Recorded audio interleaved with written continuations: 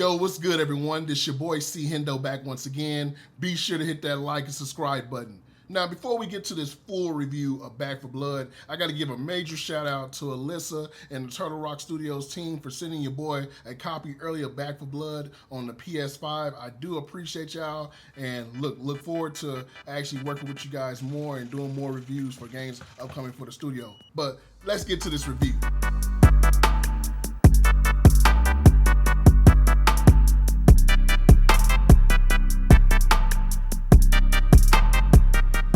All right, everyone, so the first thing I do want to talk about, let's talk about the characters, some of the people that you're going to be dealing with on this game. Now, on Back 4 Blood, they give you between 6 and 8 characters to choose from. You know, you got Doc, who's my personal favorite. I love her. I love her attitude. She's spicy, especially on the ending. I'm not going to spoil it, but yeah, I love her attitude. You got Holly, you got Carly, you got Walker, you got Jim. You got all sorts of characters and personalities that you can pick from. You know, if you remember on Left 4 Dead 1 and 2, you only had 4. You only have 4 you can choose from. Shout out to Coach, of course, on Left 4 Dead 2. That was one of my favorite characters of all time. But first, get your ass over here and help me.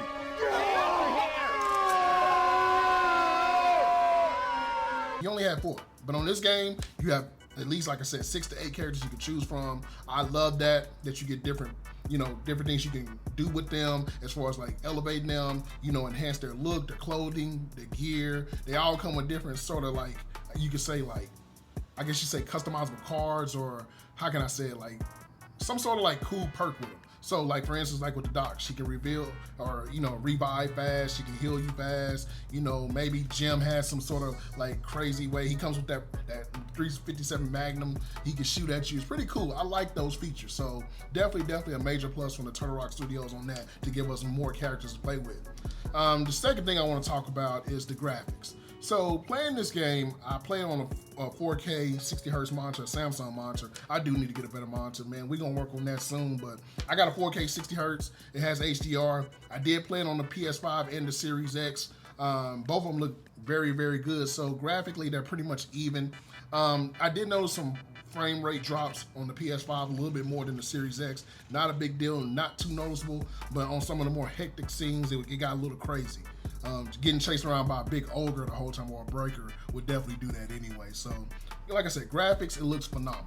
It's a very good game. It's just an upscale version of Left 4 Dead 1 and 2, which you guys know that's one of my favorite games of all time, definitely in my top 5. So, shout out to Back 4 Blood for like giving us that Left 4 Dead feel, and the graphics, they look really good for this game. I do notice like some of the characters though, the facial features, some of them can be a little bit better. I'm not gonna be a big whiner on that, but like I said, overall the graphics do look really good. The second thing I want to talk about is the actual difficulty of this game. Man, I'm gonna tell y'all what. So the first day I played this game, I played it on the PS5, right? And I went on veteran mode. I struggled. I couldn't even get out the first scene. You're in that apartment building. I couldn't even get out the building. Matter of fact, if you go, link in the description, watch my live stream, I literally quit and rage quit and went back to recruit mode. Little did I know recruit mode was gonna be hard. And I've asked people before, what do you guys think about this game? Is it difficult or is it just me? And a lot of people that I know that are actually really good at shooters in different games, they're struggling to play this game.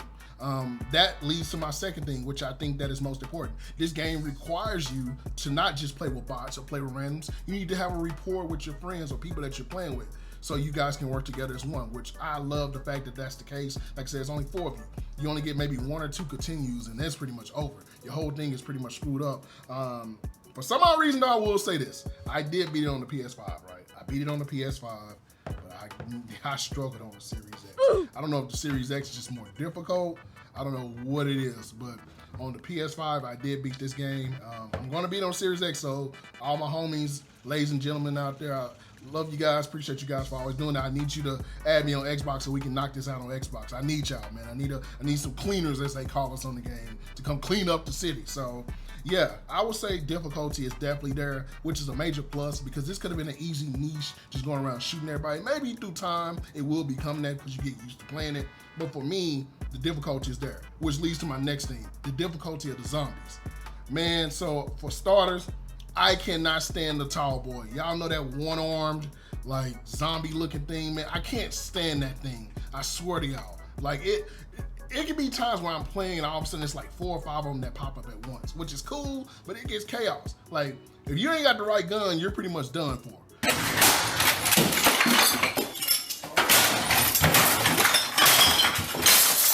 If you're playing on veteran mode, I can only imagine you hit one time and it's over. Nightmare mode, I'm not even going to try. Maybe 10 years from now I'll try, but for right now, no. But yeah, you got like breakers, you got ogres, you got the spitter. One thing I do miss about this game, which I do wish that they did bring back from Left 4 Dead, was the witch. Now they have this one thing that, you know, has a funny looking head and it screams and it alerts everyone that, hey, the zombies that you're there, and all these zombies like hordes come at you, but they don't have a witch on there. And I do miss that they didn't have a witch, but they have this thing in replacement, which is cool. But the witch did give it some sort of like, you need to be careful, turn off your light, don't get near it because you will stall it and everything goes crazy. But like I said, the hordes, the zombies, they're very difficult. The ogre is huge, massive, it takes a lot. But I do like the fact they have those little light up spots where if you shoot it, it actually, you know, just lets you know it's knocking it down the power. Take those ogres out. Take out everything that you can, like the breaker. Take them out first. Please take them out. Do not let them survive and go underground and come back. Take them out if you can. So I definitely got to give a major plus to Turtle Rock Studios and Back 4 Blood for the ridden, aka the zombies, for sure. All right, the next thing I do want to talk about is the controller, the haptic feedback versus the Series X controller. The haptic feedback just gave me a different kind of feel. I really love the features on it. Like I said, the rumble, different things. Thoroughly enjoyed that. A little bit more my experience on the PS5 than the Series X. It's no slight to Series X, but if I had to pick a controller to run with, I'm definitely going with the PS5 DualSense controller. Very, very fun to run with that. Like I said, with the haptic feedback DualSense. Could have been a little bit more added to it, but it was just enough for me to get over my gaming edge. So definitely on the controller. Definitely got to go that route. Let's talk about the levels. So I don't know how many hours of gameplay this game actually has. I just ran through it. Never paid a mind to because I died so many times, but I want to talk about the axe. So if you remember on Left 4 Dead 1 and 2, you only had maybe 4 acts that you could, like if you were in the mall, it was 4 different parts you had to go through, right? And then if you were at one level, it's like 4 different parts, hotel or whatever it was, right? Y'all remember. But on this one, it has 4 different acts. But within the acts, it's like 7 chapters, if you want to call them that, which I think is cool because they take forever, it seems like, to run through. That is really cool. Like I said, I'm thinking on Act 1 it's 4 acts like it was on the beta. Lord did I know, yeah, it was not just those 4. It was like 4 more that were added to Act 1, or like 6 more. Then level 2 was pretty crazy. Like I said, on Act 1, if I'm not mistaken, has a scene where it plays the Ace of Spades song and you gotta cut on the jukebox. You know what that reminds me of? It reminds me of the scene of, what was the game called? Kingsman. Oh, not the game, the movie called Kingsman. Y'all remember on Kingsman when he got in the church, he cranked up the music, everything started going haywire. That's exactly what that was. And like I said, I enjoyed that, man. The acts are really good. Like I said, I actually beat the game on PS5, so I won't spoil it for you guys. That last part is crazy on that Act 4, so get ready for that. But like I said, overall, you need a team, right? You basically need a team to run with, and you need to make sure everybody's communicating and everything, and yeah, ammo. But you know what, let's talk about the ammo issue. So a lot of people are complaining about the ammo. What I have understood is this, and people have told me this. Everyone needs to carry different kind of weapons. Not everybody needs to carry the AK or carry the MP4. Maybe somebody needs to carry the shotgun. Maybe somebody needs to just carry a melee. Somebody needs to carry a, you know, SMG or a rifle or whatever. So ammo can be an issue. You can share ammo. The coin system I'm cool with because you can drop coins, right? You can share all this stuff. You can buy what everybody needs and just equip it to them. I do like the perk cards that they have. Like I said, 10 plus stamina, different kind of cards and stuff and all that. So yeah, they did a really good job for this Back 4 Blood game. Like I said, I thoroughly enjoyed this game. Like I said, if you're into zombie shooters, if you definitely love Left 4 Dead 1 and 2, this will be the game for you. I don't have too many complaints out of this game. Like I said, I enjoyed it thoroughly. And like I said, the most important thing for me to tell you about this game is make sure you have a team. Make sure you got everybody on mics and everything. The crossplay feature is amazing too, which, you know, like I said, you got PS5, Series X, and PC together, and I love that. I played on PlayStation. I was on PS5, of course, had somebody on the Series X, and 2 other people on PC, so maybe that was pretty cool. That was a great experience. We didn't have an issue connecting or anything. There is some issues sometimes trying to connect to a server to start a match, but for the most part, I just go to quick play and I just join in on somebody. I actually need to thoroughly go in and beat each map with someone and just run through it like with a whole team. Because like I said, when I beat the game on PS5, I did Act 1 with a whole different group, Act 2 was with a different group, Act 3 was with the same group from Act 2, and then Act 4, it was a whole new team. So, you know, we ran through it. Definitely got to get everybody's PlayStation IDs now, or what is it called? The Back 4 Blood IDs, and I need to get everybody added. So definitely, man, if you want to play, we definitely got to get on. But overall, I want to give this game a 4 out of 5 rating. Like I said, I am a huge Left 4 Dead 1 and 2 fan, so when this game got announced and they said, hey, this is some of the makers of Left 4 Dead 1 and 2, this brought tears to my eyes. Left 4 Dead 2 is probably in my top 10 games of all time, maybe top 5. So I'm not a big scary game player, but this zombie game is fun. I definitely recommend it. It's free on the Series X and S if you got Game Pass. So download it on Game Pass. And if you got PS5, I think it's worth the money, man. It's a challenge. It's a challenge. So overall, I do like the game. I don't really have too many complaints outside of, like I said, there is some server issues sometimes connecting the games. The hordes can be a little difficult sometimes.